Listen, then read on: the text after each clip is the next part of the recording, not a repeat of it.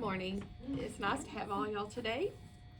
We have a lot to talk about, so I'm going to go straight into it. First of all, we have new calendars through July.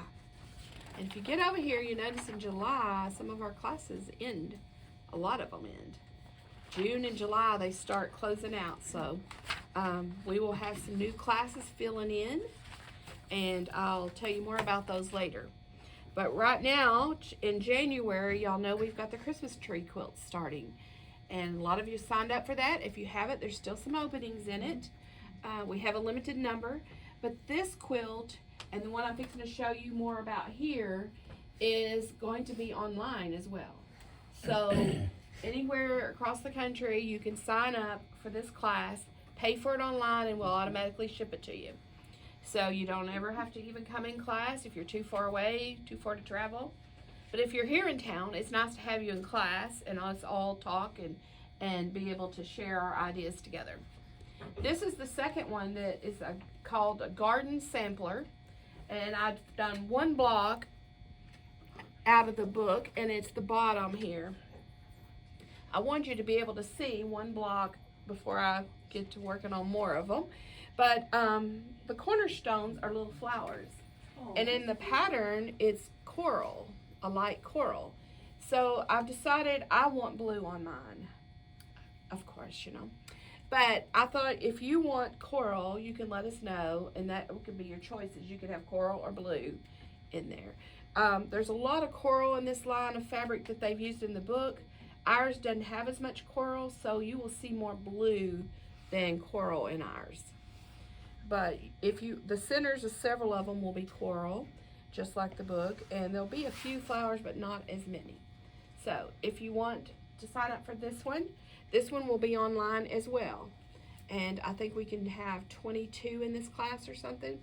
So as soon as you know, sign up, order your book, and we'll be ready to go when it comes. That one is going to start in April. It's on your calendars. If you are listening to us and you don't come in the shop and you're away, we will mail you a calendar if you'd like for us to. So just let us know and you'll have our updates and our class schedule there. Okay, moving on. Let's see, we've got the two classes that we're going to start now. There will be a table runner of the month coming up. It is June, I believe, starting the 1st of June. Each month will be a table runner, and it's not going to be a little bitty one. It will be, but if you need it smaller, I think you'll be able to shorten most of them. But I want to make them good width table runners, and each month will be a different one. One month it will be pieced. The next month it'll be applique. So if you don't want to do applique, you can do just the months that are pieced. If you want to do them all, you can do them all. That's what I want to do. And I like to have, a variety there. And there's going to be some really cute ones. I've already got some of my patterns laid out. There's going to be one with strawberries with blooms on it. That's going to be one of the appliques, but there's some good pieced ones. And some of them will be holiday related, but most of them are going to be general ones that you can just use every day if you want to. Okay, I'm looking forward to that. Several people have been asking me about a runner class. It's sort of like the bench pillow one we did, Each month we'll do some embellishments and different things. Okay, I hope you join us with those. But let's get down to today. We're going to work on a quilt. This quilt, I really, really like. It won't be for everyone, but you will probably know someone. If it's not for you, you will know someone that collects these or like these. And this is teapots or cups and saucers. This was a panel came in, and I know I promised y'all that I would get something made with it. And this one is really a quick quilt to make. So let's put it over this block here. This was a line of fabric that came in along with that panel. And it's supposed to look like the teapots are in a shelf. And see, there's the shelf with the drawers. You can come on in. There's chairs right here. Okay. You're good. There is the teapots looking like it's in a cabinet, and there's drawers down here at the bottom. And my job really was to try to figure out how to expand it. And I don't like to just put strips around them, and that's one way of doing it sometimes. when you're in a hurry. But these are migrating flying geese. Have y'all ever done these before? Yeah. Migrating flying geese. We did it in one of my other classes, and it's not hard at all. It's fast, and I really like the way they look. And then all I did was those, because those are, if you do them in sets like this, they're 8.5 inches wide. So that fills in quite a bit of space. And then all you have to do is put your border on, and you've got your quilt done. So I did add a little purple border on this here before I did that. And then it's detail quilted. I went around the teapots, around the little doilies hanging off the shelf.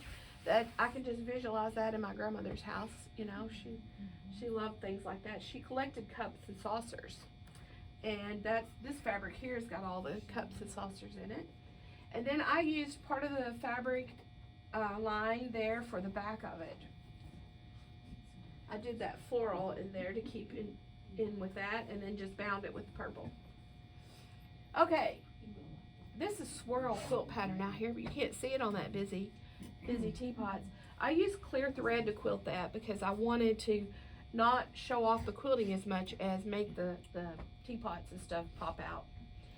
But anyway, like I said, some of you might collect teapots, but if you don't, you probably know somebody that does, because a lot of that has been done for years.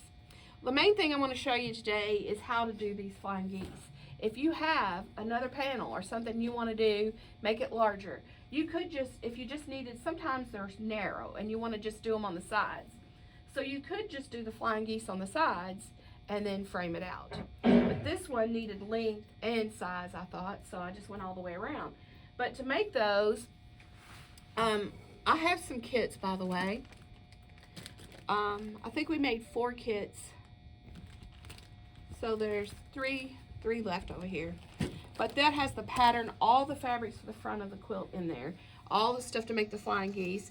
And with the pattern, it gives you the cutting and a diagram that you're going to cut some of them in half diagonally. Fix to show you that. But then it has a chart in the back of it that shows you how to do the flying geese. It shows you how to make them, and you can make them in 4.5 or the 8.5 like I did. So I'm doing another project. I'm going to try them in the 4.5. I haven't tried them that small, so we're going to see how that works. But then it shows you how to put your strips together. And you look how odd that looks. Doesn't that look different? It's not like a normal flying geese that you think you would do. So you're going to be working with something like this. Looks like an ice cream cone or something. Okay, so I'll show you how to do one. In the kit, in the pattern, it tells you this is your background fabric. You're going to cut so many of these, and then you're going to cut squares of these. They're different sizes, and then you're going to cut these in half diagonally. So you can see I've already done that on these. And then you lay them on your square like this. And to sew it, I'm fixing to do right now is I'm going to sew from here to this corner to here. All right, can y'all see where I'm going with it? If you've made them, you know, but if you don't, it may be a little different. All right. All I got to do is that one seam around there.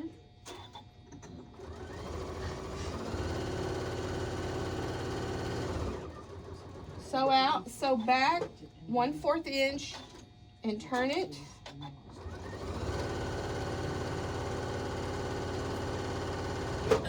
And sew off the end. So you're going to look at something like that. It's got like, of course I've put right sides together. So you've got a little pocket there. So all I've got to do now is cut that. I'm going to cut it diagonally down the middle of that white and the color. And you got it. That's your migrating flying geese. So you'll get one this way and one this way. So you press them towards the color and you've got that. Okay, so when you go to lay them out, I have to look at the chart each time. What did I do with it? Laid it way over here. So I have to look at the chart. It shows you in the picture here how you do that. So So every white square you have, you're going to get 2 of these off. So you just mix them up color-wise in there. And the chart will show you how to start sewing them together. So you're going to lay them back and forth like that. I thought you started from the bottom. You do start from the bottom. But you're going to lay them out on a table or something, bed, something you've got, laying them out. Start with your colors, just alternating your colors. And look, the purple in mine is the strong color, so I made sure, tried to even that out in there so you notice that, and then I just spread the others out in there. Okay, so you're going to start from the bottom sewing and sew them together. So that first 2 that you sew together will just be a little seam. So let's see if I got enough here that I can show you.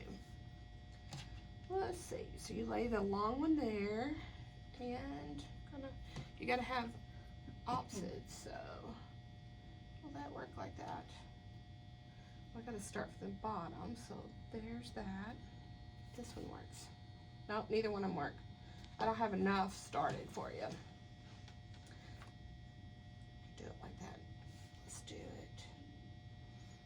Can I do it? I can do it like that. Okay. So this is at the bottom. The picture shows you. That's what I look at every time I gotta make one of these, because it's confusing exactly how to lay them out. But you're gonna lay them like that and just sew this little seam here. That's just to start with. Then you just alternate those going up. You see how that is right there? This is Wes. I'm on my way over to check your dishwasher. Okay, you just alternate those going up like that until you get the length. I think you do 18 on the sides. I've told you already. You will do 1 extra because the way these geese work out, you have to cut them off. Up here, this was a flying goose, and I had to cut it off to be able to sew it in there. We cut a goose off? Well, you've got one right here, and so you would have one here, but you don't want it up there. So the way to figure that out, the pattern tells you that you will cut that one off, see, to make that fit. So I have you make an extra one, and then you're gonna cut that off. Well, the same thing at the bottom, you're gonna cut off part of the white because you're gonna square the bottom off. But that's how you make them fit. That's all there is to it. Just stagger them, cut them off, and make sure you're inches, you measure it, make sure you've got it the measurement you want, but that should, go by the pattern, it should fit in there. So you do the sides first, and then you do the top and bottom just like any other normal border. Now the only thing I need to warn you about, there's some bias on this, so you just need to measure, pin it, and sew it. Don't just sew it and stretch it on, because you're going to have some stretching. Can you clip it instead of pinning it? You can clip it instead of pinning it for some people, yeah. Yeah. But you do that, and the same thing when you're doing your border out here. You want to make sure you measure the sides, the middle, and cut this the length you need. Now, if you notice the teapots are running in the right direction, if you cut it right off the end, these sides would be turned side. See what I'm saying? In the kits, we have cut you 2 strips for the sides, and we've cut you enough to do the top and bottom, so they'll all be turning the right way. As if you don't, if you were buying this individually, the teacups, trying to put it on the border, and you wanted them all run like this, you would have to buy extra fabric. But we just included the strips you need in the kits, so you don't have to worry about that. Okay, and then I love quilting this, it's sort of a pineapple quilting pattern on those geese, and then I just did the little feather things in the white there so they would pop out. Okay, y'all have any questions on that? Batting did you use? This is poly batting on this one. I use cotton a lot, but I wanted these to kind of puff up a little more, and I almost thought about doing 2 layers of the thin poly to see. It would really poof then, but I think it's enough poof for now. It's poofy enough. Somebody told me that's not a real word, but Joan makes up words all the time, so I figure I can too. The Southern Dictionary. In the Southern Dictionary? Okay. Well, I have a real Southern Dictionary.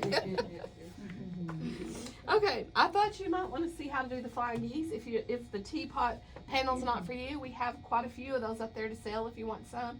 The line of fabric that I ordered for that is down there. And if you want any of that, you could accent with something other than purple. I tried to match this blue and I couldn't find exactly what I wanted, but I did get robin blue in that might match that yesterday. But so you could turn it to blue. But I know y'all think I use blue all the time, so I'm trying to diversify. Is there something wrong with using blue all the time? Oh, well, not for me, but they even accused me when I was making my bundles and making all those blue, but I don't think I did. But anyway, that's all I have. I just wanted to show you that. Thank you. I appreciate it. Appreciate it. We have, if I can get it completely finished, we have a big quilt for next demo. So, y'all, I hope you can come for it. It's going to be a take on an old-fashioned pattern and making it modern. So, I think you'll like it. So, that's what I have for next time. Okay, well, thank y'all for coming. We'll do show and tell and do our spin thing and all that. You want me to talk about those? Okay. I need to tell everybody about these. If you don't know about them already, I've had fun going through the shop. I saw some stuff that were just like 2 pieces or 3 pieces left on a line. I thought, we got to find something to do with them. And I heard about the 3-yard quilts. So we've made these bundles up for 3-yard quilts. There's a yard of each color in there. Yard of this, this, and this. So in the bundle is $34. But I include a free pattern that I made up in here. The first one I made before I knew about these patterns really. And then I ordered a bunch of the patterns. But my quilt is made up and it's on the front door up there if you want to come in and look at it. But each one will have that pattern. And any of these quilt bundles here, these fabric bundles, you should be able to make that pattern. If you want to.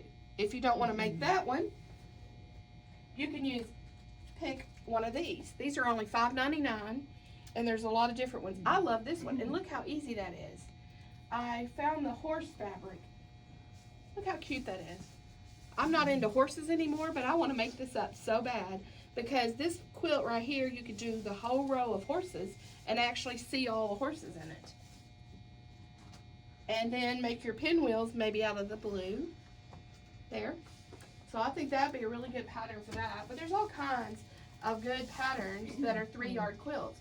There is more I'm going to order because you could put any of these fabrics in any of these patterns because they work out. All you got to do is look and see what you like. There's, look at this baseball. Isn't that cute? I love that. So we made a bunch up and somebody said, well, where's the ones for guys? So then we came back and got the horses and the baseball, but look at these old cars in there too. That fabric's been sitting back there and nobody's noticed it. But you put that red and that stripe with that, that's going to make an awesome quilt. Some guy will really like it. But then we found this fabric, made those up. I think that is gorgeous now. I can't wait till somebody makes that up and I see what the quilt's going to look like. Because I think that's so pretty. And there's some for babies and there's some for women that like blue and there's some for women that like green over there. But we have, you can choose. You get a free pattern and then you can choose one of these others if you want to buy one of those to go with it and make it instead. But I'm sure there's other patterns out there and I'm going to have more. And we're going to expand our fabrics like that. They will stand up by themselves. We have a bunch out in the fabric area up there and we're going to just keep going with them and see what happens. But they make a quick gift if you want a baby quilt or a quick gift to give someone or just to do something fun and relaxing. Save the hard ones for the block of the month. So we're going to do more of those, that's for sure. Okay, that's it. I'll close and we'll do our show and tell. Thank you for tuning in. Good day.